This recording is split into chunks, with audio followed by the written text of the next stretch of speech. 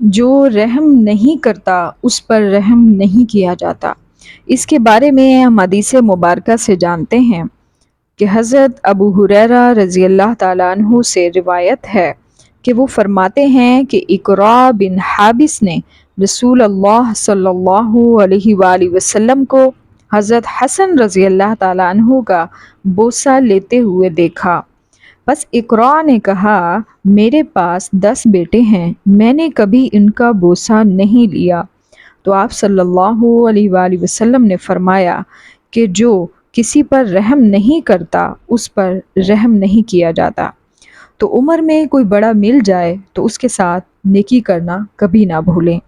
کوئی چھوٹا ہو تو اس کے ساتھ احسان کا معاملہ ضرور کیا کریں اور اس کے ساتھ رحم دلی سے پیش آئیں۔ اللہ تبارک و تعالی ہمیں عمل کرنے کی توفیق عطا فرمائیں۔ آمین یا رب العالمین۔